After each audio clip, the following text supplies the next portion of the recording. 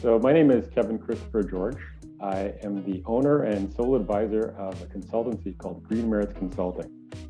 Green Merits is an IT advisory service. So what we do is we help nonprofits and small businesses make wiser decisions with their investments in technology, especially when it comes to cloud-based solutions. Think of your Salesforce, DocuSign, some of those big guys.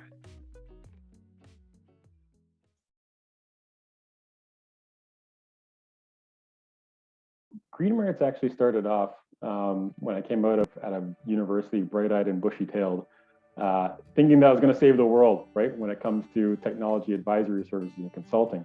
And what was interesting was I realized very quickly that you got to get some career experience under your belt before you can dive right in. So I spent my career, almost a little over 20 years now, solely in technology-focused roles, doing things like help desk, project management, leadership. I went on to do training and education for mobility devices. And then I started getting into SaaS or cloud technologies over the past 10 years, supporting and helping negotiate large contracts with major large organizations throughout Canada and the US. So it's been a good progression. I've gone to a spot now where I can take a step away from the corporate side and redirect my energy, skill sets, passion towards causes that I think have a positive impact on the world, and where I feel I can give back.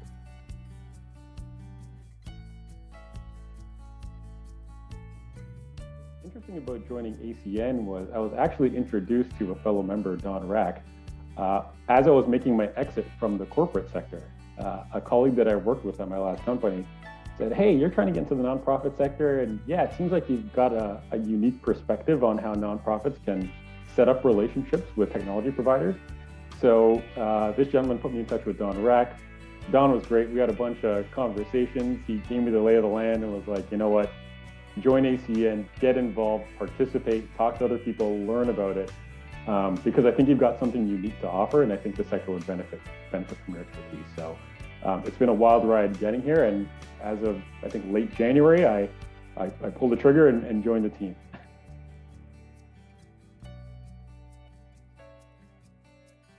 I personally have joined a few different Empower groups. So these are those smaller subset groups within the ACN organization. So I'm part of the early stage consultants group. I joined the Consultants of Color Empower group, and I've also joined the Admin Professionals Empower group. And so what this lets me do is network, learn from, build relationships with other, members of the team, and then be able to, share ideas, bounce things off each other, all that good stuff, and share experiences. So that's been one really cool way. More recently, I've kind of raised my hand to help out with the marketing communications group, which is also cool as well. They have a laundry list of things that they're doing to help bolster ACN's kind of presence and reach. And I think if I can help them out in some way, then I'm happy to raise my hand and support.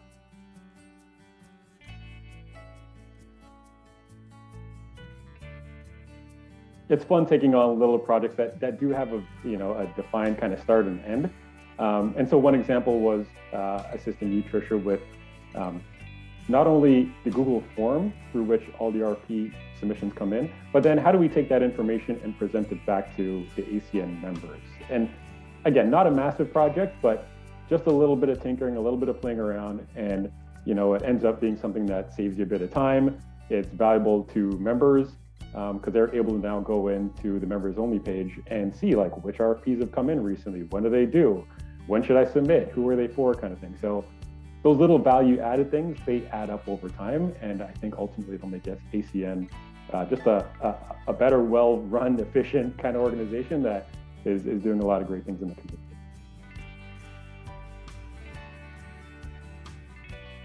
One member that I know I've been able to recently connect with and kind of chat one-on-one, and besides Dawn, who's been awesome, like I mentioned, but Emily of Teeny Big. It was great chatting with Emily, and I've actually seen her in other nonprofit sessions and webinars, and she just brought a whole perspective around, here are some things you might want to consider, Kevin. Here are some groups that you should look at doing, because I know she's an active member within ACN as well. So it's been great to bounce ideas off of her, understand and learn from her experience joining ACN, but more importantly, just learning about how she's grown her strategic listening consultancy practice, like her business at Teeny Big. So that's been invaluable, getting a chance to do those one-on-one sessions with her.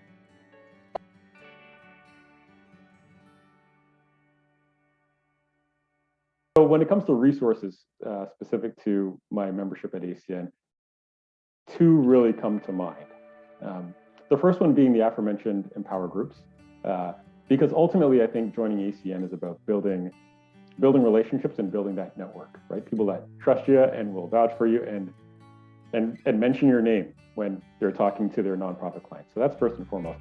The other piece that I found interesting, and I'm still trying to mine the value from it, is the actual RFPs that come in, whether through ACN directly or through our partnership with CGT Connect.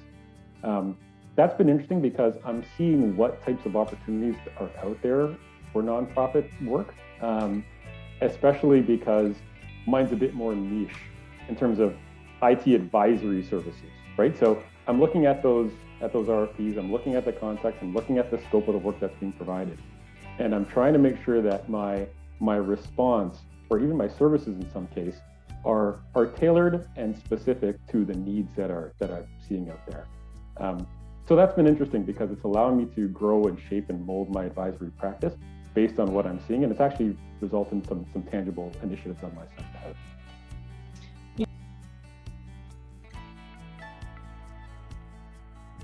So I came up with the name Green Merits, kind of combining two core themes. When you think of green, you think of money, profitability, value. So that's the green representation, and the merit was a synonym for benefits, right? So what are the benefits, and how do you get benefits out of your investment in technology, right? Your spend, your dollars, your money that you put towards technology. So I took the two, I got a little modestly creative, and combined them together to come up with Green Merits Consulting Incorporated.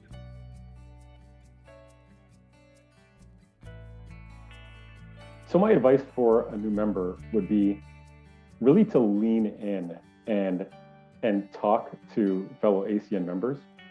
There's notifications that go out that say, hey, a new ACN member has joined. There's LinkedIn posts. It's like, get involved, respond, welcome people aboard, join the webinars, join the sessions, join the Empower groups, because really it's about building those connections. If there's an expectation that, you're going to just join and start responding to a bunch of RFPs, I mean, that is a small fraction of the value that you're going to get out of joining ACN. Really, it's about learning and connecting with other people and building that level of trust, and then reciprocating, the business side of it as you build that trust with your fellow members. So I would definitely recommend get involved and set aside some dedicated time every week. I've got on my calendar, this is ACN time, right? So I'd highly recommend that everybody do that, take that seriously. So my recommendation is to anybody, especially ACN members, is to leverage your calendar, block off dedicated time where you're going to focus on ACN activities. And we're not talking about hours and hours and hours. It's a touch point, 30 minutes, an hour, to say, okay, I'm going to go onto the ACN member page. I'm going to see what's going on. I'm going to respond to, things about new members coming out. I'm going to make sure I add new dates to my calendar for an upcoming webinar or an Empower group. If you just make that part of your routine, you'll find that it's easier to get involved, and then subsequently it's easier to build those connections, which is what I think we're all here for.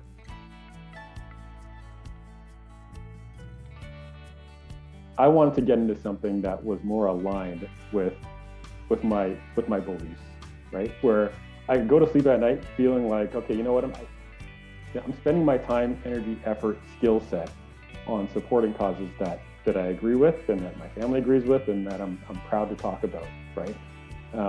That's different than my experience working on the corporate side. There were some interesting accounts that I had. I mean, World Vision Canada was one of my main accounts, and that was a lot of fun. I got to think about, talk about, and help solve a lot of cool problems. But mixed in with that, there were a lot of accounts where I was like, I don't really feel what you're doing. I don't really necessarily agree with it. And so by moving to the nonprofit sector, it's like I can finally get the perfect meld of the two, where I'm adding value, I'm bringing my skill set, and it's for causes and situations that I agree with.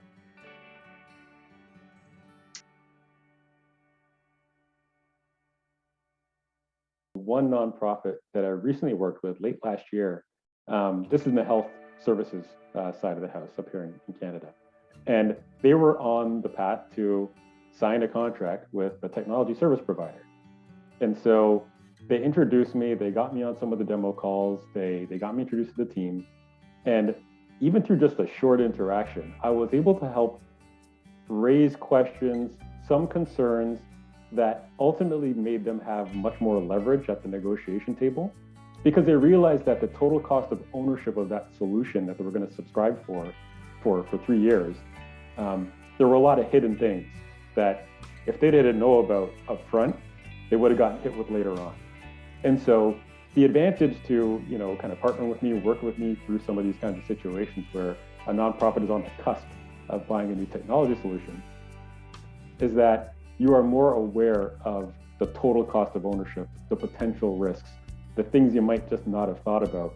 And when you have those conversations up front with the technology provider, it means that you're having a much more transparent, a much more open, real conversation versus, signing up for something and being surprised or feeling burned or feeling upset later on when you realize that, I thought your solution did this, I thought we were covered for this, I thought our teams were getting access to more trade, like all that kind of stuff that can kind of get put by the wayside when you unfortunately rush to make a technology decision or just don't have the right people at the table that can speak the same language as a technology provider.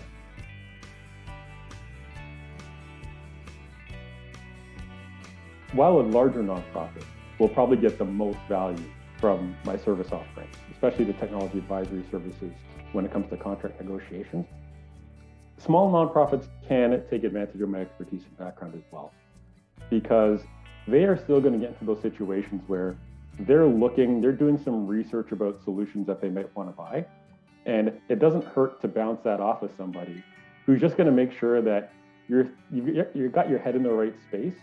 It's one thing to buy technology. It's another thing to really understand how that technology is going to change how your organization operates and how you're going to get value out of spending money on that solution. What I often refer to is like, what are the success metrics? What are the KPIs you have to hit in order to prove that that solution is delivering the value, the merit that you thought it was going to bring? And so it doesn't matter the size of a nonprofit. I think that's a conversation that every size of organization needs to have.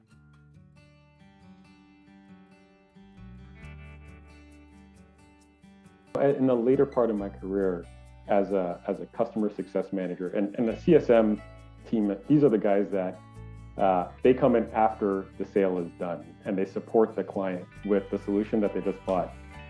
We're tasked with making sure the client is getting value out of the solution, measurable value, right? Numbers, data that can, moderately, if not definitively prove that the solution that they paid for year over year is actually delivering on the value. And I think that's a concept that often gets overlooked in the haste to buy technology solutions and the wow that we get from the presentations by the sales team. So there's that element for sure. The other part, and kind of moving away from the SaaS advisory service, is any organization, especially now, with the focus on technology, the focus on being more efficient, the focus on being more lean, geographically dispersed teams, is how do we use this technology to make processes easier, to make our lives simpler, right? We talked before about something simple, the ability to take the RFPs that come into ACN and present them in a relatively clean and straightforward way. It saves you time, right? It might save you 30 minutes, an hour, whatever it might be. I'm sure that every nonprofit out there, regardless of size, has little things that they do because they've just been doing them. They just have to kind of plug the holes and just keep getting work done. But they would benefit from another set of eyes. It's like, hey, well, wait a second. I get you've been doing that for the past 3, 5, 10 years, but let's get together. Let's have a whiteboard session. Let's chat about what's available now and what the impact of changing this process and using the technology will be.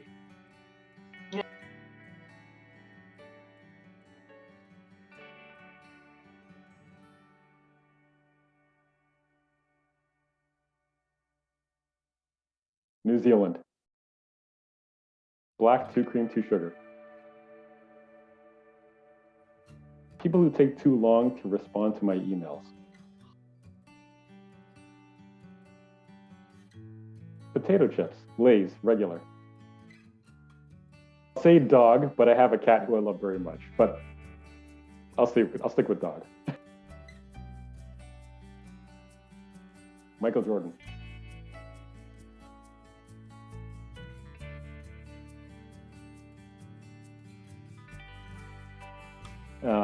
But my wife, she's helped me learn how to think differently and be a bit more, actually substantially more in tune with the world around me. And I think it's helped me get to the spot where I made a confident and conscious decision to move away from the corporate side, knowing that my efforts were contributing to things that I don't 100% agree with, and move into something that I am passionate about.